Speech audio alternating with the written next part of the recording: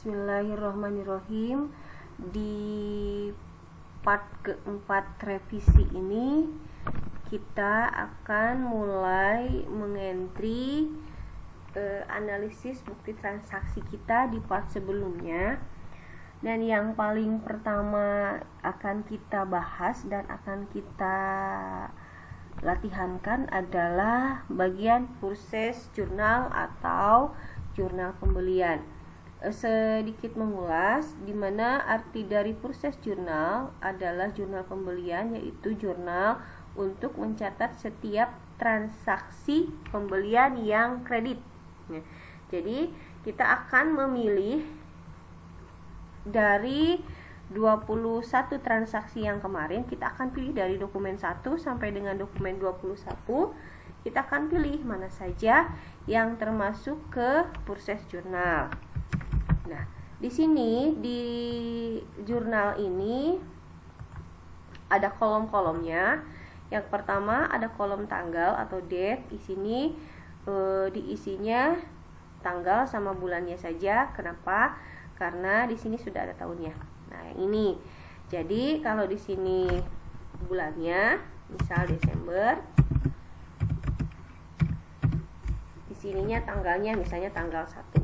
Jadi cukup tanggal dan bulannya saja. Kalau tahunnya tidak perlu karena di bagian atas sudah dicantumkan bulannya, tahunnya. Kemudian ada dokumen, nomor dokumen, dan nomor dokumen ini diisi dengan invoice atau nomor faktur.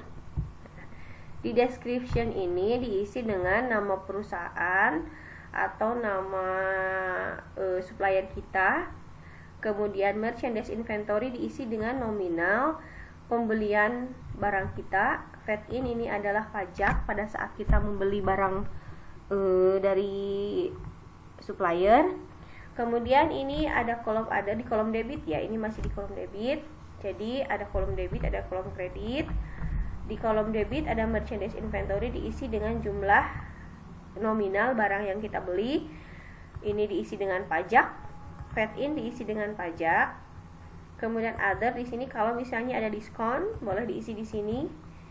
ACC nomornya itu diisi dengan nomor akun. Kemudian di kolom kredit ada bagian account payable. Account payable itu artinya adalah utang dagang. Kemudian selain account payable ada other di sini kalau misalnya ada diskon juga pindahan dari kolom debit. Supaya lebih mudah dipahami dan memahami lebih lagi, kita mulai ke praktiknya saja. Kita buka, silahkan dibuka soalnya, soal dokumen transaksinya saja. Pada saat mengisi di latihan soal, gunakan pensil dulu, jangan ballpoint, supaya nanti kalau misalnya ada kesalahan mudah untuk dihapus dan mudah untuk diperbaikinya. Nah, kita cari, karena yang pertama kita bahas di sini adalah purchase, maka di dokumen transaksi kita cari bukti transaksi yang berkaitan dengan pembelian. Kita perusahaan kita membeli.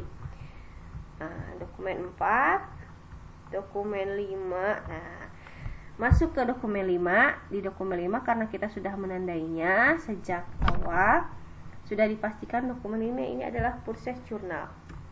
Nah, silakan dibuka dokumen 5-nya. Nah, kita masuk ke kolom date. Kolom date ini diisi dengan tanggal. Tanggal yang mana? Di sini ada tanggalnya. Tanggal terjadinya transaksi pembelian perusahaan kita ke supplier kita. Di sini tanggal berapa? Tanggal 10 Desember 2021. Berarti di sini tinggal isi des, kemudian 10. Nomor dokumennya dari mana? Dari sini. Nah, kita pindahkan ke sini. Description-nya berarti apa? PT Indah Subur. Kita tulis di sini PT Indah Subur. Kemudian merchandise inventory-nya apa? Merchandise inventory itu adalah persediaan barang dagang, artinya adalah persediaan barang dagang. Tetapi di kolom ini adalah diisi dengan nominal barang yang kita beli dari PT Indah Subur. Dari mana kita bisa lihatnya? Dari sini. Total penjualan. Nah, total penjualan ini adalah total merchandise inventory kita. Karena kita lihat di sini nama barang yang kita belinya, namanya adalah Miami. Jumlahnya ada 14 unit, per unitnya 2.600.000, berarti 14 unit kali 2.600.000 36.400.000. Pipanya ada 17 unit kali 2.300.000, totalnya 39.100. Maka total kita membeli dari PT Indah Subur adalah 75.500.000. Nah, maka ini yang dinamakan dengan merchandise inventory. Kita tandai boleh. Nah, 75.500.000 rupiah. Di sini setelah merchandise inventory di kolom debit ada VAT in. VAT in itu adalah pajak keluaran. Pajak yang harus kita bayar pada saat kita membeli barang. Berapa pajaknya? Kita lihat di sini ada PPN. 10% total 7.550.000. Kita isikan. Maaf. Sini. Ini dihapus. Nah, ada diskon tidak? Tidak ada. Atau ada yang lain? Tidak ada. Kemudian masuk ke kolom kredit. Ke kolom kredit itu adalah conveyable. Conveyable itu adalah utang dagang. Maka utang dagang itu dilihat dari mana? Utang dagang itu adalah jumlahan dari merchandise inventory dan pajak. Jadi ketika kita membeli barang, otomatis sudah dengan pajaknya. Maka untuk mengisi account payable adalah 75.500.000 ditambah 7.550.000. Berapa jumlahnya? Di sini di utang dagang 83.050.000.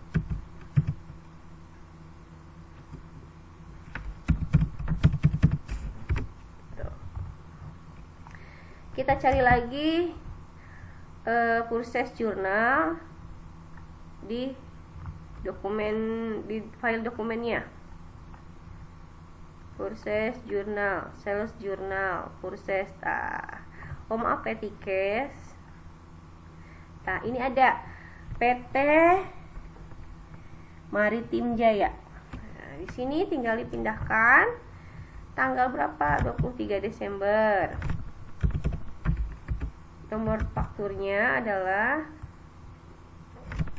ini, pindahkan ke sini. Nama toko yang kita belinya adalah PT Maritim Jaya. Maritim Jaya. Berapa merchandise inventory-nya? Nah, bisa lihat di sini. Nah, total penjualan ini sama dengan merchandise inventory. Pindahkan 97.500.000. Ada pajaknya. Pajaknya ada ini 9.750.000. Total masuk ke kredit account payable. Account payable ini dijumlahkan antara ini dengan ini. Jadi berapa? 107 juta. Maaf. 9.750.000. Maka di sini adalah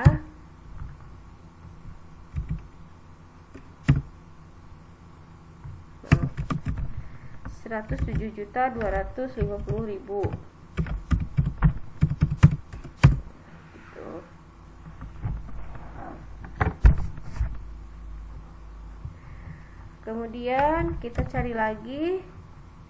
Selain di dokumen 12, purchase journalnya ada di dokumen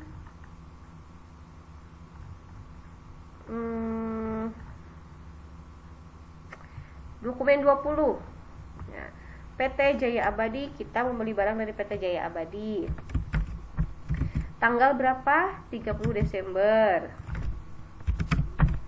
Kemudian fakturnya tinggal dipindahkan. Pindahkan ke sini. Ini nama PT Jaya Abadi. Masuk ke description. Total merchandise-nya tidak ada dilihat dari total penjualan. 66.300.000. Berarti untuk PPN-nya dikalikan saja 10%, berarti jadi 6.630.000.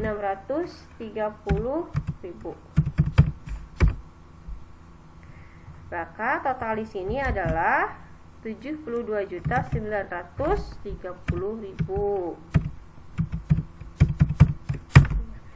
Selain di dokumen 20 sudah. Maka kesimpulan dari purchase journal atau transaksi yang berkaitan dengan pembelian secara kredit ada 3 transaksi dalam 1 bulan Desember, tanggal 10, tanggal 23, dan tanggal 30 dari PT Indah Subur, kemudian dari PT Maritim Jaya, dan dari PT Jaya Abadi. Nah, ini sudah terlihat merchandise inventory, ini hasilnya, FETIN ini hasilnya, di kolom kredit ada account payable, ini hasilnya. Sekarang tugas kita adalah mencari kebenarannya. Nah, di sini ada kolom recapitulation. Ada kolom debit, ada kolom kredit. Kalau misalnya di kolom recapitulation ini sudah seimbang antara debit dan kredit, berarti analisis kita dan entry kita itu sudah betul. Tinggal pindahkan saja kolom debit. Nah, merchandise inventory pindahkan ke sini. Kemudian FETIN pindahkan ke sini. Jumlahnya ini. Kemudian kolom kredit, jumlah account payable-nya pindahkan ke sini, jumlahkan. Kalau kolom debit dan kredit sudah sama, berarti ini sudah betul. Ini hasilnya sudah sama, berarti perhitungan kita, entry kita, dan analisis kita untuk proses jurnal sudah betul. Seperti itu. Kalau misalnya ada pertanyaan di bagian entry proses jurnal atau entry jurnal pembelian, silahkan bisa ditanyakan di kolom komentar. Terima kasih.